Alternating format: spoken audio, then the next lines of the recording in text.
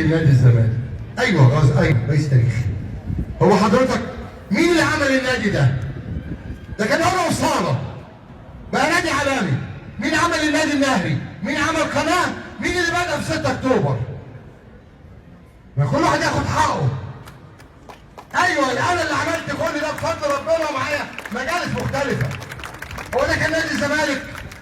ما تسالوا اعضاء ده كان ازاي؟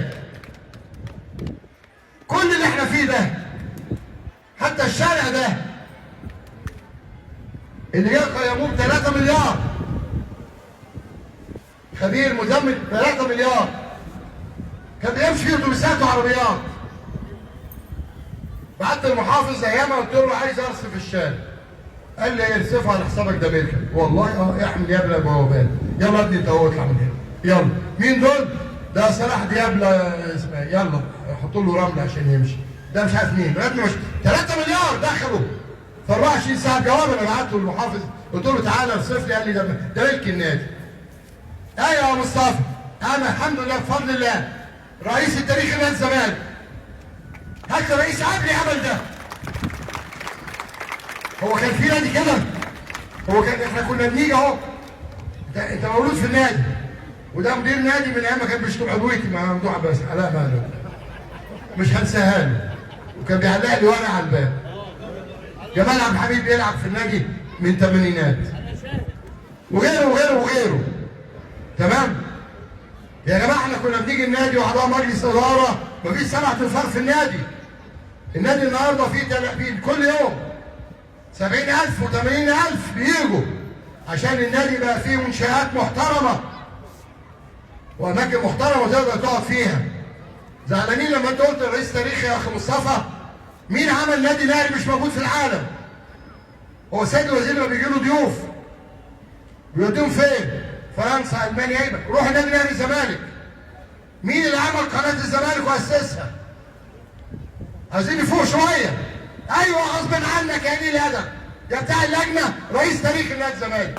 مين اللي بدأ 6 اكتوبر؟ مين اللي خد 43 بطوله في 4 سنين؟ فوق شويه. وعشان كده الاعضاء المحترمين من 92 بينتخبوني. هم بينتخبوني عشان شعر اصفر وعينيها خضراء، عشان عارفين ان انا بجيب حق النادي وعارفين كل يوم بيبقى فيه منشاه جديده في النادي. ادي 6 اكتوبر اللي بيتكلم عليه يا استاذ. ايه 6 اكتوبر؟ كان مكانه في مول العرب. فين يا عمير احنا بنشتغل. رئيس نادي باع المكان بفيلا واتسحبت الارض. تاني جابوا له فيلا واتخذت الارض.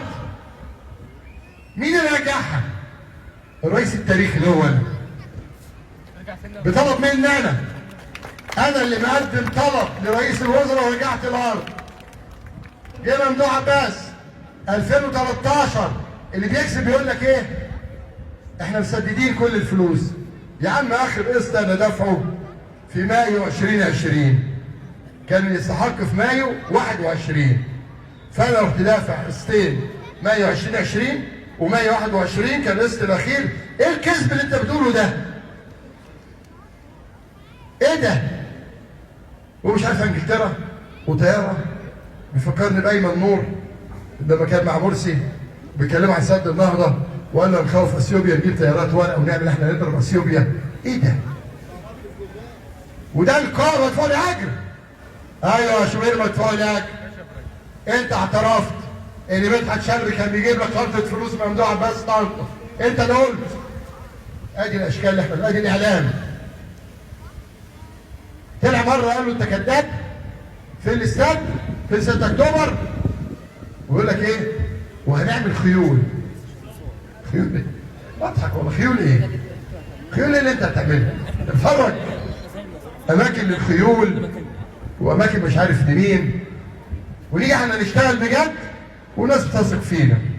قلت هنعمل النادي ده نادي عالمي وعملنا.